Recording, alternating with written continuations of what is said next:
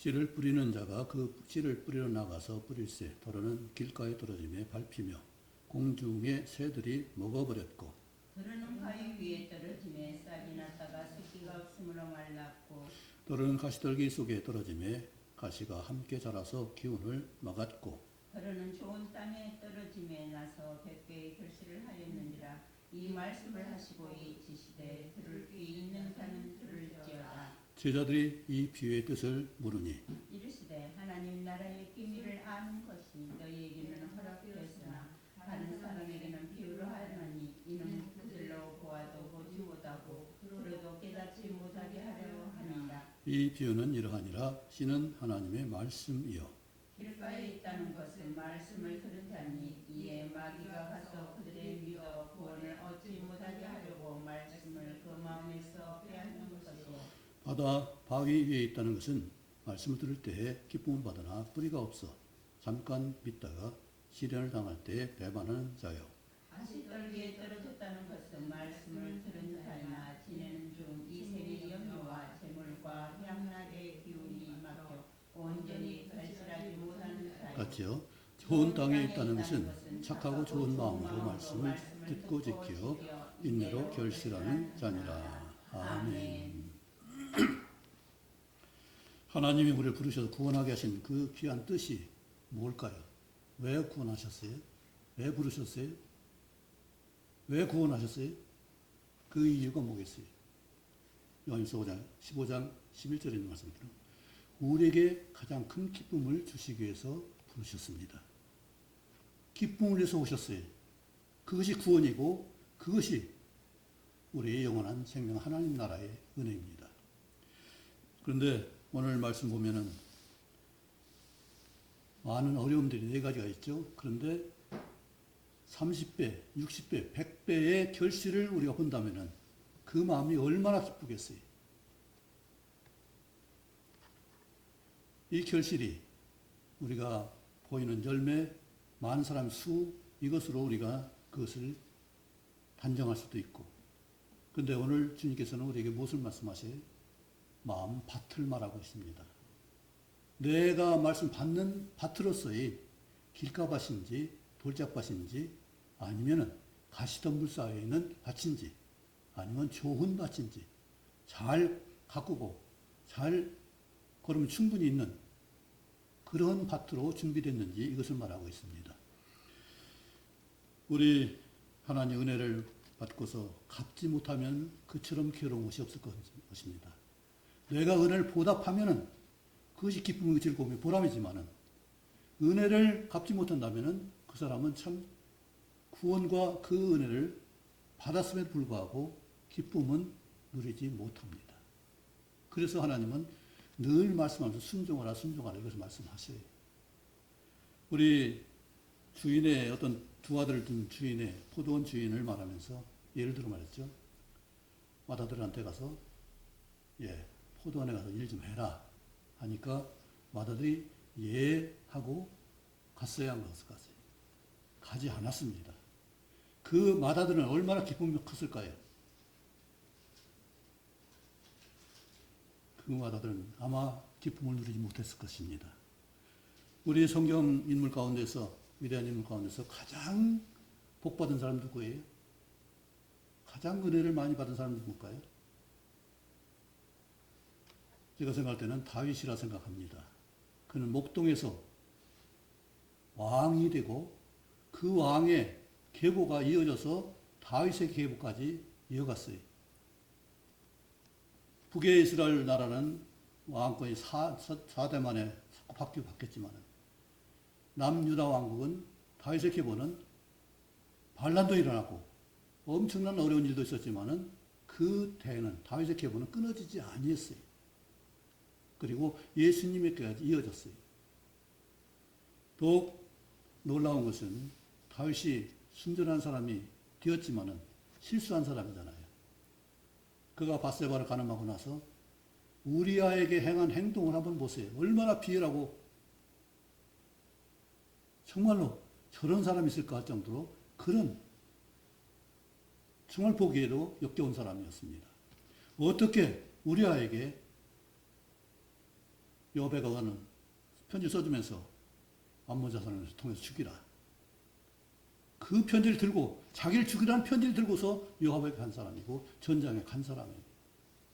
그렇게 결국은 암몬 자손한테 그 성에 싸우러 갔다가 그 사람들 각 강한 데서 그만 전사하고 말았습니다. 이렇게 비열하고 정말로 인격적으로 저런 사람이 있을까 하는 그런 정도로 다윗 자체도 그걸 인식하지 못했지만은 나단이 와서 이러이러한 사람이 있습니다.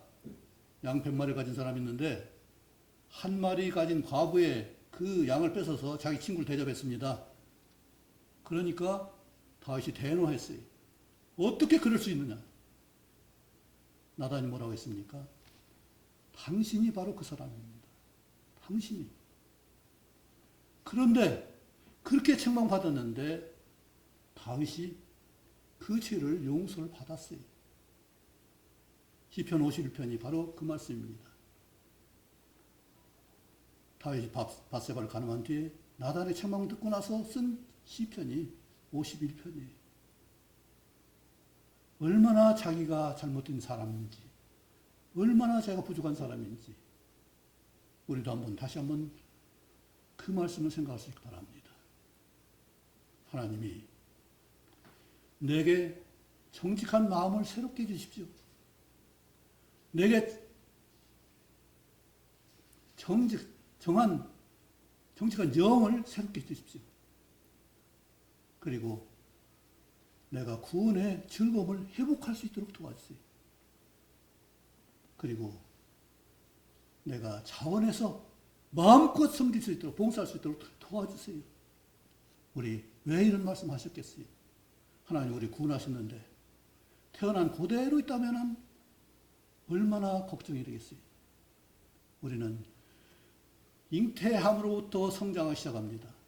씨가 싹을 내면서부터 성장해서 결실기까지 갑니다.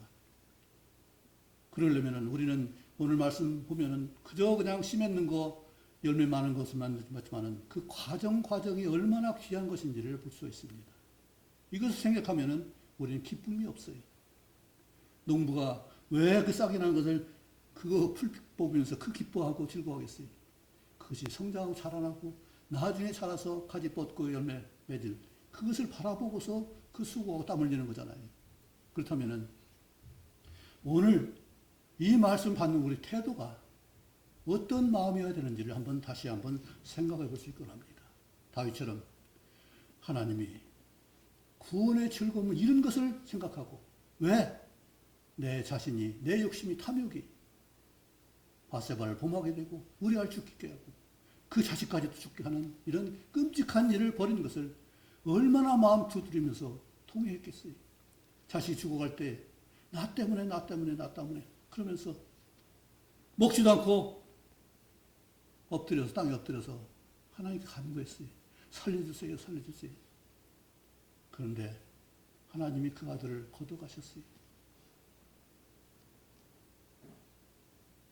하나님 모든 섭리를 인정하고 다윗이 새롭게 태어났을 때 하나님께서 그에게 솔로몬을 주셨어요. 기쁨의 찬송의 솔로몬을 주셨어요. 평강의 아들을 주셨어요. 우리도 이런 기쁨을 누릴 수 있곤 합니다. 구원받음으로 시작해서 구원 이루어가는 과정까지 영화로운 예수님의 영광의 형체같이 변케 되는 그 역사까지 우리는 그 단계를 우리는 깊이 하나하나 온전하게 밟아나갈 수 있기를 간절히 원합니다.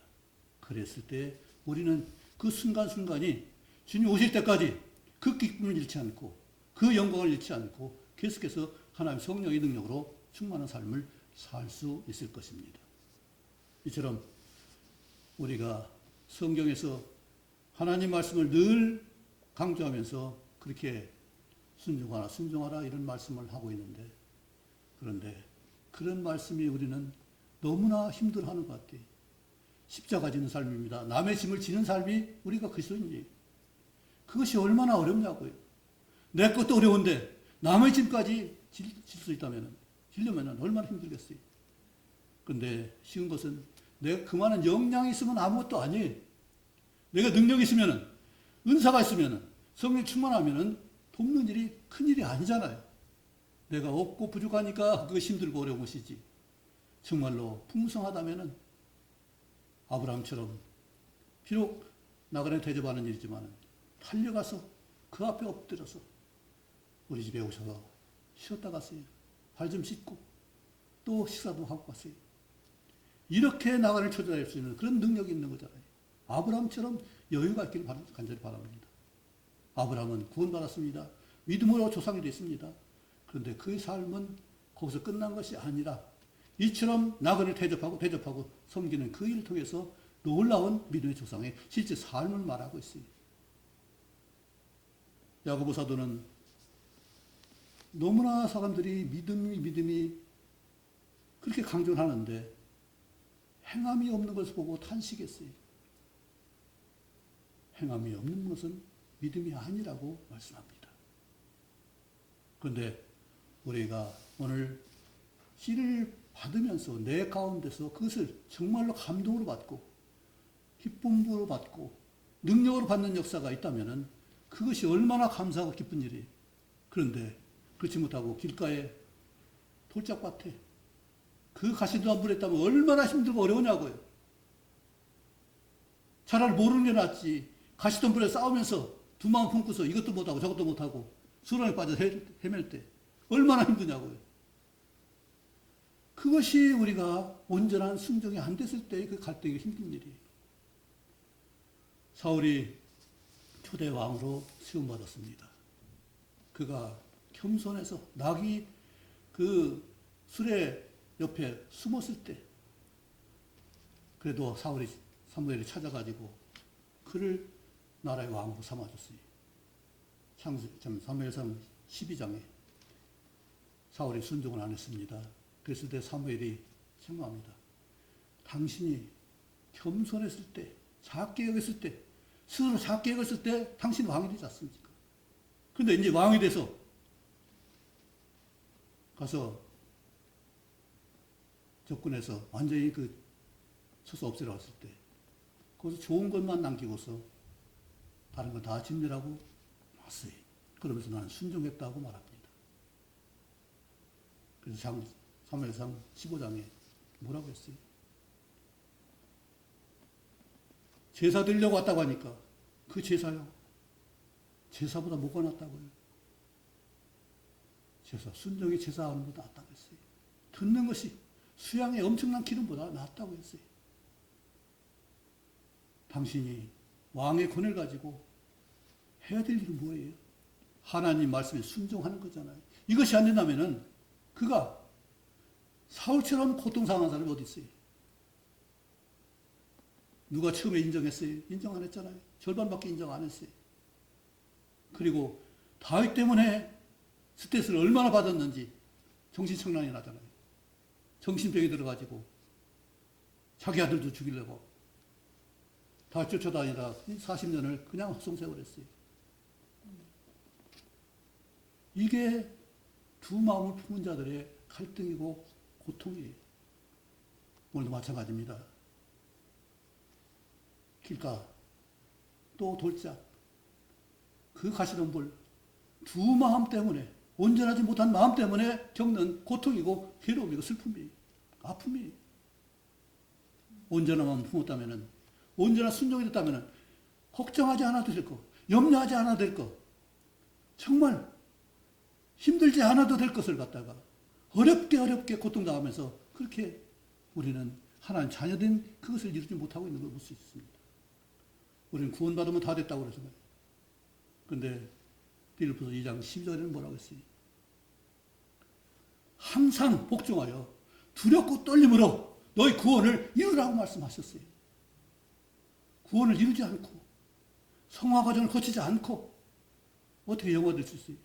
물론 태어나서 8월 구원받고 죽은 사람들이야 그냥 영화될 수가 있지만 상급이 있겠어요? 이 땅에서 수고한 만큼의 그런 섬김이 있어야 좋은 상을 받을 수 있는 섬김이 있어야 우리는 나중에 상급이 있는 거잖아요. 천국에서 이 사람 저 사람 만날 수 있고 내가 너 함께 했지. 당신 나를 도와줬지. 내가 당신 필요할 때 도와줬지. 하늘나라에서 그를 만났을 때 그 기쁨, 회포가 있을 수 있잖아요. 세상에 섬김이 없다면, 좋은 상을 얻을 수 있는 섬김이 없다면, 두 사람이 하나 되는 그런 사귐이 없다면 하늘나라에서 뭐 하겠어요? 이 땅에서 성화 과정을 두신 이유는 그 과정 동안에 사귐을, 진정한 사귐을 가지고 앞으로 천국에서 누릴 수 있는 그것을, 그 상급을 쌓으라는 얘기잖아요. 그런데 이 세상에 감동이 없고 하나님 말씀 받는 것에 간절함이 없다면 우리는 세상에 사는데 어떤 힘을 가지고 살 수 있겠어요? 내가 능력으로 구원받을 수 없습니다. 내 행위로 구원받을 수 없어요. 어떤 사람도 내가 스스로 받을 수 없어요. 성령의 감동을 입어야 되는 일이고 내가 영접해야 되는 일이에요.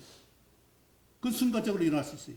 그러나 구원받은 삶이 내가 주님 오실 때까지 가는 과정은 성화 과정으로 단계가 많이 있어요. 구원에 합당한 삶을 사는 것이 의무고 사명의 본분이에요. 많은 사람은 회개를 좋아합니다. 근데 회개에 합당한 열매를 맺지 않는다면은 회개할 날마다 해도 얼마나 많이 해도 밤새도록 해도 소용이 없는 거잖아요. 그러나 다윗은 그렇게 갈등하고 고소하며 회개했을 때 완전한 용서를 받았어요. 새롭게 되었어요. 하나님의 마음에 합한 자로서의 그런 삶을 살았고 정말로 예수님이 그 후대를 이어갈 수 있는 그런 놀라운 하나님의 은총을 받았어요. 다윗 게브라고 해서 다 훌륭한가요? 훌륭하지 않잖아요. 아시아 같은 사람도 있고 문하세 같은 사람도 있고 정말 그 죄 때문에 이스라엘 유대가 망하는 그런 역사가 있었지만 돌이키는 역사가 있어요. 아멘. 문하세가 그렇게 엄청난 시간 동안에 잘못했지만 포로 잡혀가서 거기서 회개하고 돌이켰을 때 하나님 용서해 줬어요. 그가 돌이킬 수 있도록 기회를 주셨어요. 이것이 하나님 은혜예요. 아멘. 근데 그런 것이 없이 그냥 나는 왕이니까, 나는 구원받은 사람이니까, 나는 성령받은 사람이니까. 그런데 구원에 합당한 열매가 없다면, 성령에 충만한 그 열매가 없다면, 말씀에 실제 인격의 열매가 없다면 뭘 가지고 하나님께 나갈 수 있겠어요? 뭘 가지고 기도하겠어요? 무엇을 기도하시겠어요? 하나님의 성령이 주신 말씀의 이해와 성령 인도를 따라갈 때 기도가 있는 거잖아요. 그 약속한 말씀을 따라서 기도하는 거잖아요. 하나님 볼 수 있는 것이 어때요 봐요? 말씀 통해서만 볼 수 있는 거잖아요. 오늘 우리 마음밭을 말씀하는 것은 길가밭은 어떤 말씀일까요? 감동이 없는 말씀 받는 거예요. 아, 그렇구나, 그렇구나. 그도 인정하고 던져버리는 거예요. 잊어버리는 거예요. 우리가 말씀 받을 때 어떤 태도로 받아요? 말씀 꼭 부여잡고, 그래, 이 말씀대로 이렇게 살아야지. 이것을 내 기도해야지. 이것을 위해서 내가 열매를 맺어야지. 그런 진정한 마음을 가지고 있다면 우리 삶이 얼마나 달라지겠어요. 사도행전 17장에 보면 베레아 사람에 대한 칭찬이 있습니다. 사도 바울이 칭찬이 많지 않은데 이 베레아 사람도 칭찬했어요. 그들이 어떻게 간절한 마음으로 말씀을 받고 이것이 그러한가요? 날마다 성경을 상고함으로 이처럼 진실한 태도가 있을 때 그 삶의 변화가 얼마나 아름답겠어요. 가장 훌륭한 변화는 누구예요? 골로새 교회. 여러분 생각이 안 나요. 필레몬을 생각해 보세요. 사도 바울이 나중에 자신을 의탁하고 싶은 사람 누구라고요? 필레몬. 당신에게 내가 갈 테니까 내가 거할 처소 좀 준비해 달라고 했어요. 이렇게 믿고 의지할 수 있고 나를 부탁할 수 있는 그런 사람이 필레몬이었어요. 우리가 이와 같은 사람이 됐어요. 그가 그냥 한 것이 골로새 교회를 어떻게 섬겼어요? 아들이 그 사역자예요. 남편이, 아내가 그 사역자예요. 이 부부가, 자녀가 그 자기 집에 교회를 세운 것이 골로새 교회예요. 다윗이 가보지 않았지만, 사도 바울이 가보지 않았지만은, 에바브로 디도를 통해서 그가 어떤 사람인지를 알게 되고, 그에게 편지로 보낸 것이 골로새 편지. 이렇게 말씀 받는 태도가 좋았을 때, 말씀대로 순종하고자 했을 때 그에게 놀라운 하나님의 역사가 있고 사람이 함께하는 역사가 있을 줄 믿습니다. 우리 길 가봐 내가 감동을 받지 않은 것이라면 사라질 것입니다. 그런데 돌짝밭은 뭐예요? 감동을 받았는데 그걸 지키지 못하는 거예요. 싹이 났으면은, 감동이 있으면은 뿌리가 나야 되잖아요. 그래야 자라는 거잖아요. 뿌리 없으면 어떻게 커요? 어떻게 자라요? 어떻게 꽃이 피고 열매가 맺어요? 뿌리를 내릴 수 없는 돌짝밭이기 때문에 내가 마음 붙잡고 내 마음 깊이, 심령 깊이, 마음 깊이 새겨되는 그런 말씀이어야 되는데 그게 안 되고 좋다 하고서 교회 문 열고 나가면은 끝 해버리면은 그것이 얼마나 안타까운 일이에요. 그 보배로운 걸 가졌는데, 받았는데 그것을 간직하지 못한다면, 지켜내지 못한다면 얼마나 안타까운 일이에요. 우리 계시록을 좋아합니다. 놀랍게 하나님의 역사가 있으니까, 심판이 있으니까 다 좋아해요. 영벌과 영생이 있으니까 좋아해요. 그런데 1장 3절을 우리가 너무 놓치고 있어요. 예언의 말씀을 읽는 자들과 듣는 자들과 그 가운데 기록한 것을 지키는 자들이 복이 있다. 이것이 전부잖아요. 하나님이 예수님, 사도 세례 요한을 통해서 보여주신 계시록을 어떻게 말씀을 지키는 자가 다 할 수 있는 것이고, 지키는 자를 통해서 그것이 다 이루어지는 역사인데, 지키는 자는 거기서 그 여러 힘든 일을 겪을 필요도 없잖아요. 하늘에서 기다리는 거잖아요. 우리 마음, 우리를 신원해 주세요. 우리 원수들을 갚아주세요. 그것을 기다리는 거잖아요. 이 땅에 아무리 큰 일이 있을지라도 요즘 세상 돌아가보면 참 세상 말세가 되는 것을 볼 수가 있습니다. 왜 그래요? 우리 아마겟돈 전쟁이 일어날 그 징조로 보는 거예요. 왜 그러냐면 그 2만만이라는 그 기록이 있습니다. 2만만이라는 숫자가 있어요. 그런데 2만만이라는 숫자가 세상에 가지고 있는 나라가 인도하고 중국이에요. 그런데 사람이 아니라 군사예요. 그런데 이란과 중국이 같이 함께 움직이고 있어요. 그렇다면 아마겟돈 전쟁이 멀지 않았다고 볼 수가 있어요. 이처럼 이 시간 상황이 보여주고 있어요.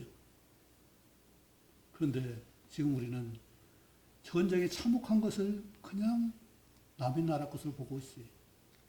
우리나라 6.25 때 얼마나 큰 참상이 있었어요. 얼마나 많은 사람이 중국 군인들이 몇십만이 왔어요. 많이 죽었어요. 그게 얼마나 끔찍한 일이냐고요. 그런데 앞으로도 그것이 또 있을지 모르겠어요. 그러나 우리는 지금 어떻게 해야 돼요?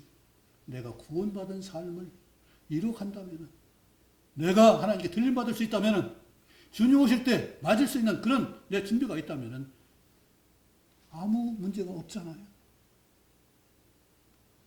그래서 우리는 정말로 말씀 마음을 마음밭에 뿌릴 수 있고 새길 수 있고 말씀 경험하고 운용해봐야 그것이 실제 역사가 일어나죠. 말씀이 삶에 적용되지 않으면 무슨 소용이 있냐고요. 아무리 말씀 많이 알아도 그 말씀이 나를 어떻게 지배해요. 우리 욥기하고 잠언에 보면은 하나님을 경외하는 것이 사람의 지혜라고 했고, 악을 떠나는 것이 명철이라고 했고, 하나님 아는 것이 명철이라고 했어요. 그러면은 지혜와 명철이 뭐예요? 말씀대로 순종하는 것이 지혜와 명철이에요. 왜 경외하라고 했어요? 경외는 공경할 경자하고 두려워할 외자가 합한 말씀이에요. 그러면 공경하고 두려워할 수 있다면 그 말씀을 가벼이 여길 수 있어요? 절대 가벼이 여길 수 없죠. 어명이여 했을 때 그 말씀을 누가 어길 수 있는 사람 누가 있어요? 자식도 왕자도 엄명히 하면 그 말씀을 어길 수가 없어요. 그처럼 하나님의 말씀이 우리한테 임했다면, 하나님 말씀이 나한테 있다면, 내 밭에 들어왔다면 그 말씀 그대로 내 삶에 적용되어야 마땅한 일입니다. 그냥 듣고 아는 것을 끝나는 것이 아니라 이 말씀이 내 삶에 어떻게 적용되어야 될지, 어떻게 해야 될지를 위해서 하는 것이 기도예요. 어떻게 하면 이렇게 말씀 들고 내가 살 수 있을까요? 내가 어떻게 하면 이렇게 말씀을 순종하며 살 수 있을까요? 이 말씀의 진정한 뜻이 무엇입니까? 내가 할 수 있는 일을, 내 할 수 있는 방향과 또 실제 환경을 이끌어 주세요. 기도할 수 있잖아요. 이처럼 우리는 하나님이 내게 주신 기회를 잃지 않길 바랍니다. 아멘. 이 기회가 바로 우리가 구원받은 삶을 이루는 과정이에요. 구원의 확신은 우리가 태어난 상태에 순간적으로 변화될 수 있어요. 영화되는 것도 순간적으로 변화될 수 있어요. 그 성화 과정은 예수님에게까지 이뤄가는 과정은 지난할 수 있어요. 오래 걸릴 수도 있어요. 삶의 그 생의 여정에 따라서 그 짧기도 하고 길 수도 있어요.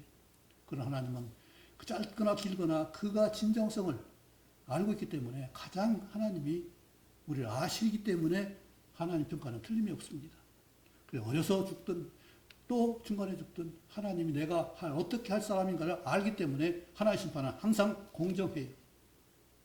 절대 평가는 하나님만 하시기 때문에 우리는 거기에 아무 이유 없습니다. 왜냐하면 하나님 공정하시기 때문에, 공평하시기 때문에, 우리 다 아시기 때문에 그 심판은 거짓되지 않습니다. 우리 가장 중요한 게 이 가시던 불 가운데 떨어져 있는 거죠. 왜냐하면 하나님 말씀이 있는데 말씀을 살지 못하니까, 딴 것이 와서 나를 갖다 회방하니까, 우리가 몸이 건강한 몸이 하나님 주신 몸으로 면역력과 회복력이 있다면 문제가 없잖아요. 감기 기근이 얼마든지 많이 퍼지고 있는데 내가 건강하면 감기 걸리지 않잖아요. 그런데 약하면 감기 때문에 고생합니다. 죽기도 해요. 내가 온전한 심령으로만 살았다면, 요한일서 5장 18절에 있는 대로 하나님께로 나신 자가, 예수님이 저를 지키심에 악한 자가 만지도 못한다는 말씀이 분명히 선언됐습니다. 그렇다면 우리는 악한 자가 만지지 못하는, 틈타지 못하는 그런 완전한 삶을 살 수가 있다는 사실이에요. 하나님이 우리 몸을 완전케 지으셨어요. 하나의 형상대로 지으셨어요. 더 바르게 보이세요. 우리 몸을 보세요. 얼마나 신묘막측한가. 내가 두 마음 품지 않는다면, 가시떨기를 우리가 없애버린다면 우리는 얼마나 아름답고 좋은 말씀이 몸이에요. 그런데 염려와 세상 욕심 때문에 이것은 우리가 스스로 누구도 그것을 이겨낼 수 없습니다.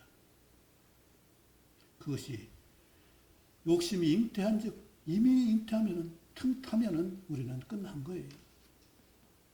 그것을 하나님 막아주시는 은혜 가운데서 악한 자가 만지도 못하는 그 은혜를 내가 계속 누리지 않으면은 우리는 정말 고통스러운 삶이에요. 너무나 힘겨운 삶이에요. 사람들 왜 자살해요? 얼마나 힘들면 그렇게 했냐고.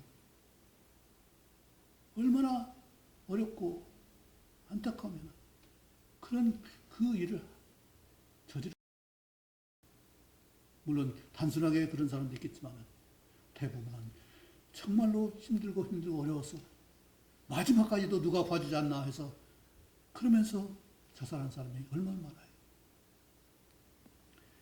두 마음 품는 거 돌아볼 수 있기 바랍니다. 내가 염려, 근심, 걱정하는 거, 내 욕심 무엇인지 한번 나를 돌아볼 수 있기 바랍니다. 이것을 극복해야 우리는 정말로 평강을 누릴 수 있고 안정된 삶을 살 수가 있고 회복과 또 면역과 우리 몸을 완성케 하는 그 삶을 살 수 있고, 특별히 모든 관계를 아름답게 할 수 있는 사귐의 관계를 누리며 살 수 있습니다. 우리가 많은 만남들이 있지만은 주님이 말씀하신 사귐, 요한일서 3장에 1장 3절에 있는 하나님과 아들과 성령을 모신 우리가 더불어 사귐이 있는 그 은혜를 누릴 수 있게 간절히 합니다. 이것이 교회예요.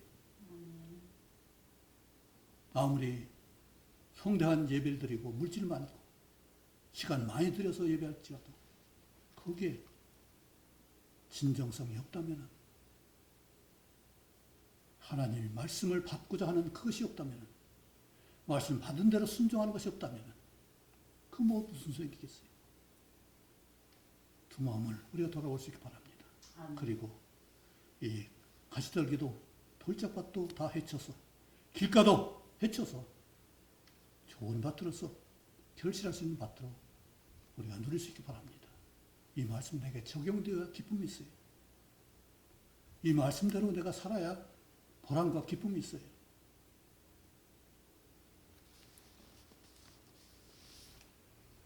제가 다른 사람 말에 참견해서, 어떤 사람이 회사에서 굉장히 갈등을 많이 겪었어요. 상호관계가 어려워서 그 푸념을 들었습니다. 그랬을 때 제가 고린도 전서 15장 58절 말씀이 생각났어요. 그런즉 형제다, 견고하며 흔들리지 말며 항상 주 일에 더욱 힘쓰는 자를 되라. 이는 너희 수가 주 안에서 헛되지 않은 줄을 알미니라.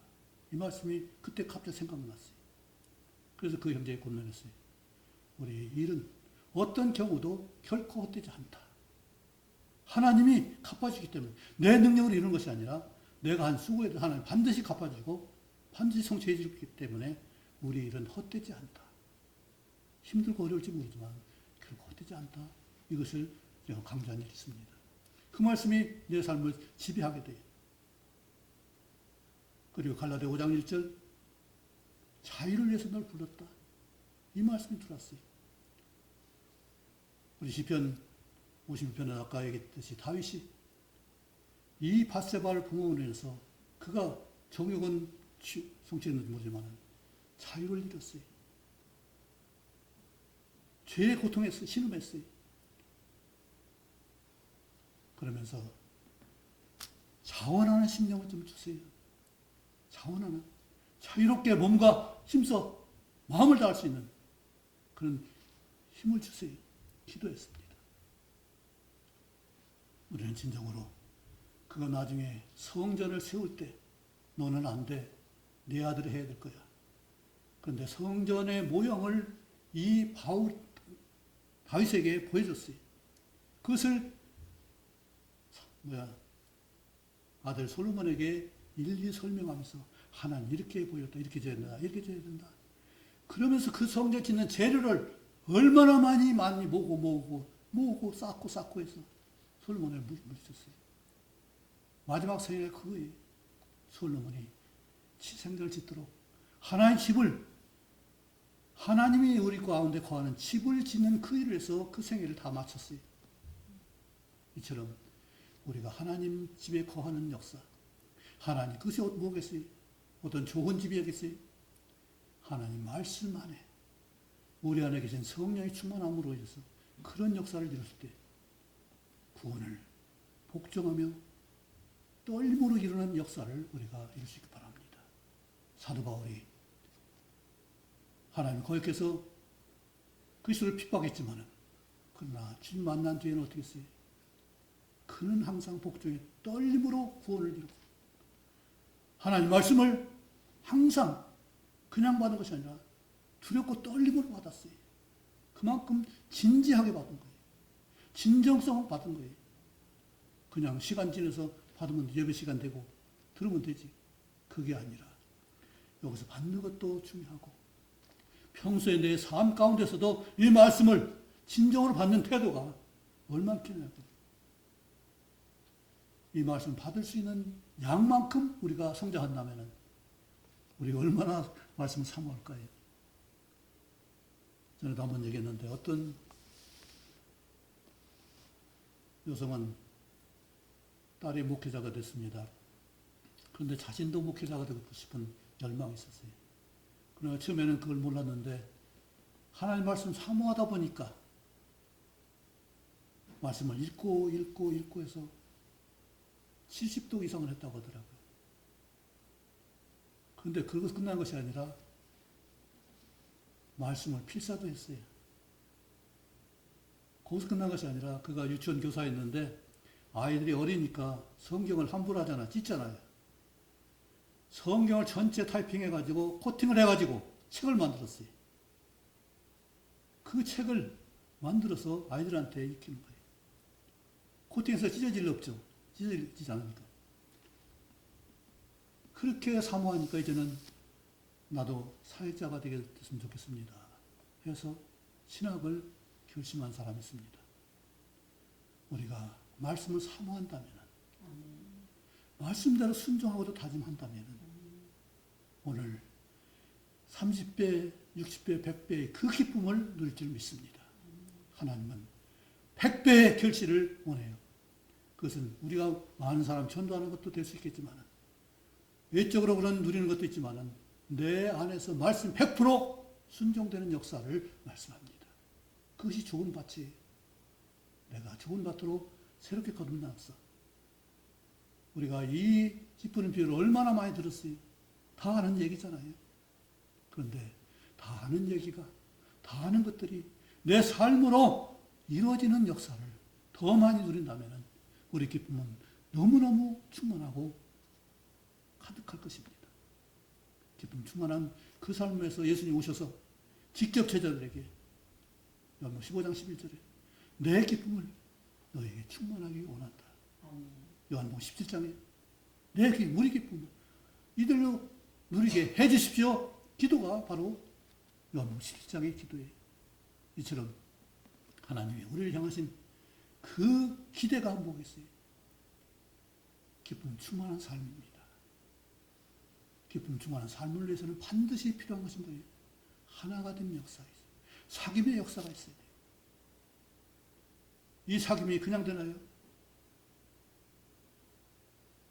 진정으로 책임질 수 있고 진정으로 그 피를 충당할 수 있는 사랑의 수고가 없이는 안 되는 일이에요. 그래서 하나님은 하나님 사랑이시라고, 사랑이신 하나님의 은혜를 통해서 우리가 사랑을 받았고 사랑을 입었다면 너도 사랑해서 사귐의 은혜를 누리고 사귐 가운데 진정한 기쁨을 풍성히 누려라. 신나는 삶을 살라. 이것이 하나님 우리 부르신 목적이잖아요. 내가 어떤 지위를 얻어서 어떤 많은 소유를 얻어서 관계가 많아서 행복하고 좋은 것이 아니라 하나님과의 사귐, 예수님의 사귐, 성령 내 안에서 충만히 역사하시는 그 사귐의 은혜를 누릴 수 있는 것이 진정한 기쁨이고 오늘 하나님의 말씀을 받는 밭이 된 우리 자신들이 그렇게 결실하는 즐거움을 맛보게 하기 위해서 이 말씀을 하신 거잖아요. 이처럼 하나님 주시는 그 은혜들을 다 누리시기 바랍니다. 그것이 기쁨으로 충만해서 늘 뛰고 춤출 수 있는 그런 기쁜 삶이 우리와 우리 가정과 우리 만난 모든 사람에게 함께 할 수 있게 간절히 원합니다. 기도하겠습니다. 전능하신 아버지 하나님, 생명의 말씀, 진리의 말씀, 영원한 유일한 길 되시는 말씀을 우리에게 주시고 말씀의 기쁨을 누리게 하고자 부르셨는데 아버지 우리 껍데기만 핥고 있었는지 용서해 주옵소서.